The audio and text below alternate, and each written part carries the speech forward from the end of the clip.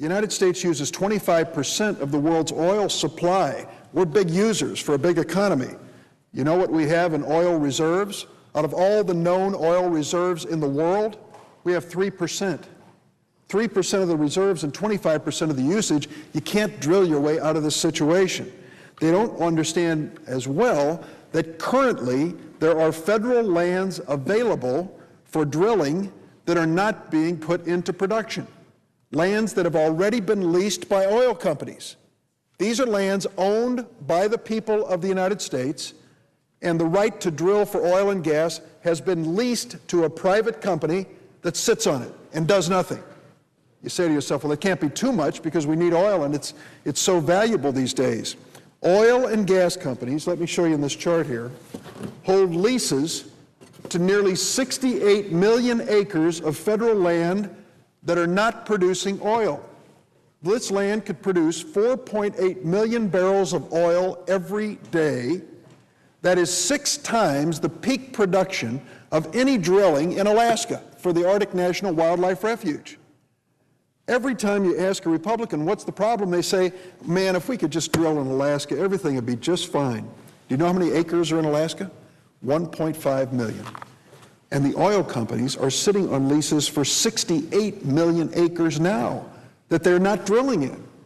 If they didn't think they were valuable, they wouldn't have bought the leases, but they did. And they wait year after year just sitting on these leases and keep throwing in our face Alaska, Arctic National Wildlife Refuge. Not telling you that it would take 8 to 10 years to bring the first barrel of crude oil out of Alaska, and it would have a minimal impact on the price of gasoline.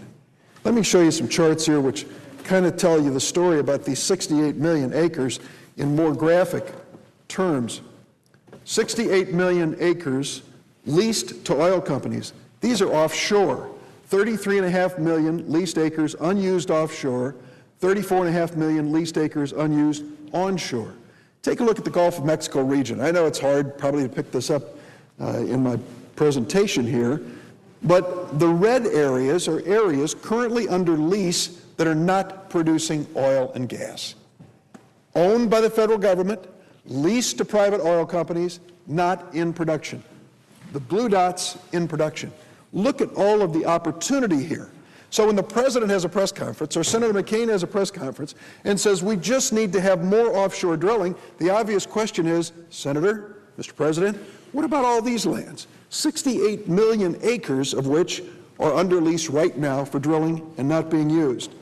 Take a look at this as well. I see Senator Dodd's come on the floor, and he has been one of the proponents of this particular point of view, and I thank him for this, and he's welcome to take a look at the charts and use them at any time in the future.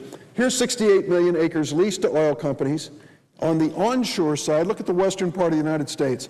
All of this red area, federal land, currently leased to oil companies for production, not in production.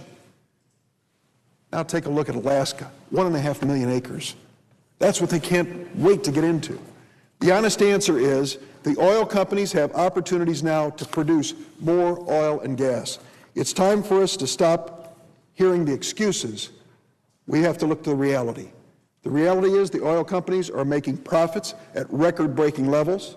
The reality is that speculation is driving the price of oil up. And the reality is that the President of the United States has yet to call the oil company executives into the Oval Office to tell them they're wrecking the economy. He has yet to call them in and say, for goodness sakes, start drilling on the land you already leased from the federal government. Instead, it's always the next horizon. If we could just get into Alaska, if we could just get on the outer continental shelf. We shouldn't have to compromise our health or our environment to make sure that our economy is strong.